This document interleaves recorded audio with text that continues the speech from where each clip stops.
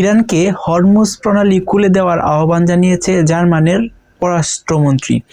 এখন এই যে জার্মানির যে পররাষ্ট্রমন্ত্রী আছে উনি কিন্তু একদম ডিরেক্টলি একটা মেসেজ দিছে ইরানকে, সেটা হচ্ছে তাদের যে হরমুজ প্রণালীর অ্যাক্টিভিটিস আছে, অর্থাৎ হরমুজ প্রণালী যেন তারা বাধা প্রদান করে, বিভিন্ন দেশের যে জাহাজগুলো যাওয়ার সময় যেন তারা বাধা প্রদান করে, কিছু কিছু দেশ আছে তাদেরকে ছেড়ে দিচ্ছে, আবার কিছু কিছু দেশ আছে জাহাজগুলো আটকিয়ে দিচ্ছে।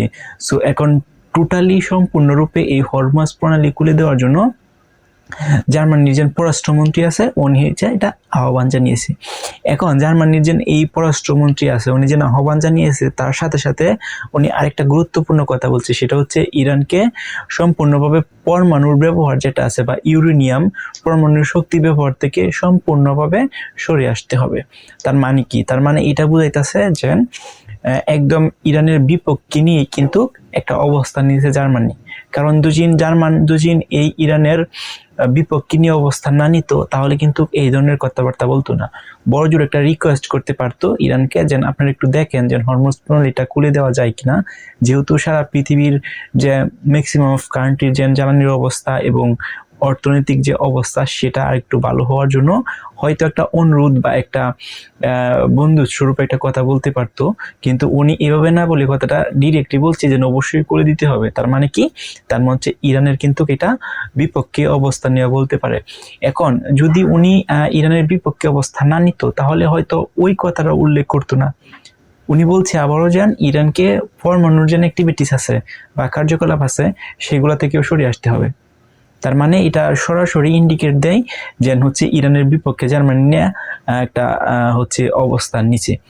এখন ইরান হচ্ছে ব্যক্তিগত ব্যাপার, কারণ হরমুজ প্রণালী হচ্ছে ইরানের।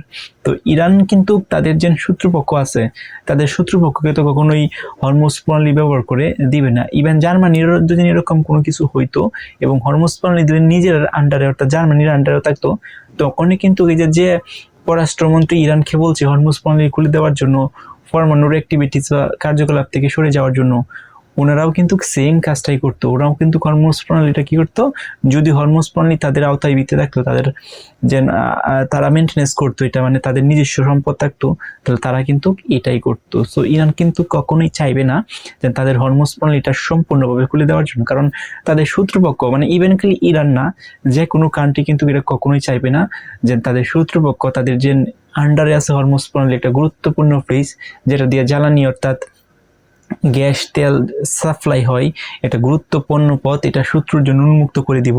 এটা শুধুমাত্র ইরান না, যে কোনো কান্ট্রি যদি এরকম সিচুয়েশন হইতো তাহলে যে কোনো কান্ট্রি কিন্তু এটা করতো না।